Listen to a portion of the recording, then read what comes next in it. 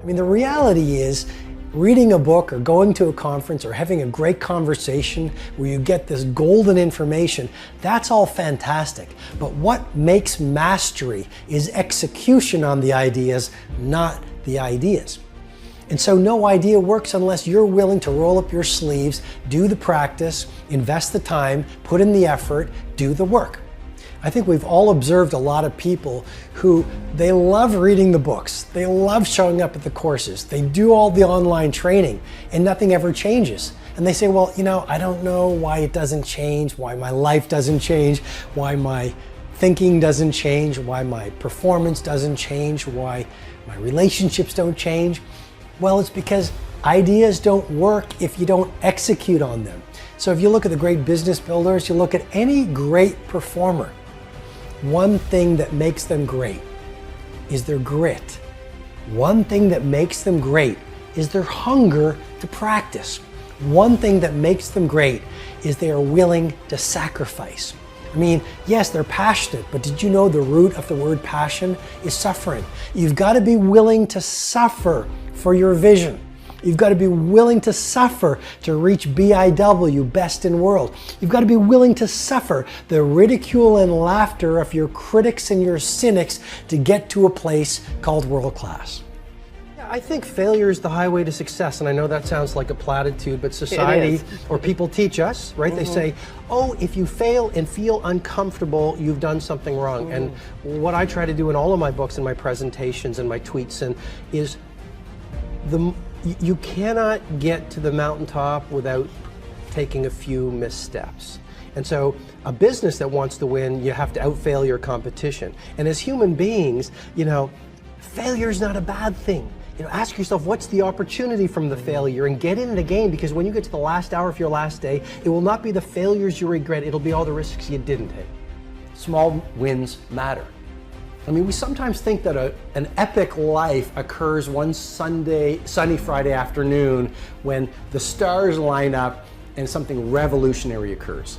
And what I'm suggesting to you with great love and great respect is a great life is built not by revolution.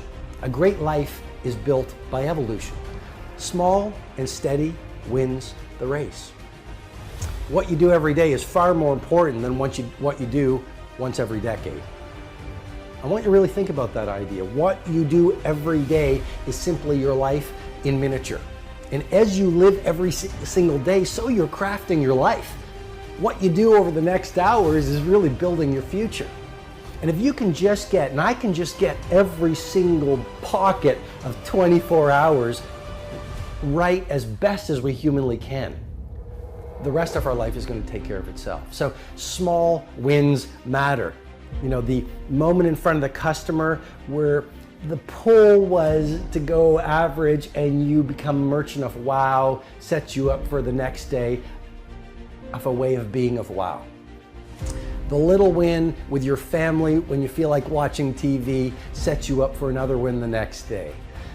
A little win of getting up at 5 o'clock and running your morning routine sets you up for a habit of a 5 a.m. club morning routine. Small daily improvements over time will lead you to stunning results. Tiny wins are the way to greatness. And that's one of the things life has taught me. When you look at the great companies, whether it's an Amazon, whether it's some of the tech startups coming out right now, whether it's a Zappos, whether it's a FedEx, whether it's a Nike, whether it's a General Electric, whether it's some of the little shops in your neighborhood that we really admire because people still cook the food with love, or they serve the food with love, or people have an attention to detail.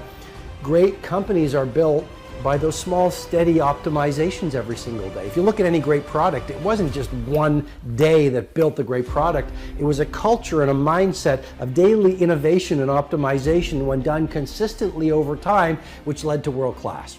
Even relationships. A great relationship, it's all about those small daily wins when done consistently leads to a lifetime of love. I was walking in the woods last week and there was an elderly couple walking in front of me. And they really stood out because they were moving fast. And they were also they had these ski poles.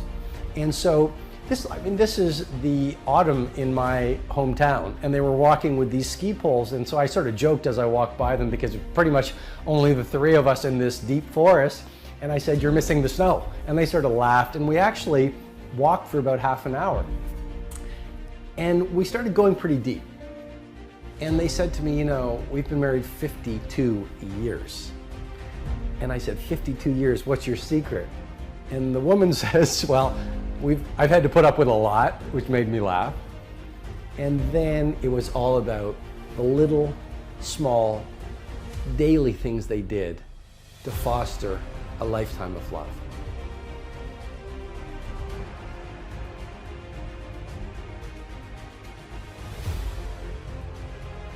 Nothing fails like success. You're successful, maybe it's in your health, maybe it's in your finances, maybe it's in your career, maybe it's in your family life, maybe it's in the way that you show up in the world. Awesome. You're in a really vulnerable place right now. It is one thing to be successful. It is another thing to sustain success over the coming decades. Is that not a powerful idea? Let's go to the entertainment industry. It's very hard to be a one-hit wonder. Let's not knock a one-hit wonder. But it's even harder to become an iconic rock band or hip-hop band. Let's go to the arts. It is very hard to come up with your Sistine Chapel. Got it. It is even harder to become a Michelangelo. So are you playing the short game or are you playing the long game? This is rule, life has taught me. Play the long game. Aim for legendary. Don't just say, "I want to be world class in my dominant pursuit for a little window of time." Say, "I want to have the guts and the grit and the acumen and the mindset and the capability and the commitment to create enduring success." And that's why I say nothing fails like success. You look at the restaurant that is hot in your neighborhood right now. They're on the path to obsolescence if they're not really careful. Sure, they went from a little neighborhood shop that made beautiful pasta, that had great service, that had the owner on the floor, shaking your hand, getting to know your name. Then they got written up in the magazines, and then they got interviewed, and then word of mouth spread like wildfire. And what happened? They became arrogant. You see, success can be so toxic. And it happens, it is such a pull on every human being. It just plays with your mind. And you literally shift from humility to arrogance. You shift from humility to arrogance. And once the arrogance sets in a mindset, it starts to populate every other person on the team, every other person in the culture, every other person in the community. And it is a very short fall from success to irrelevance.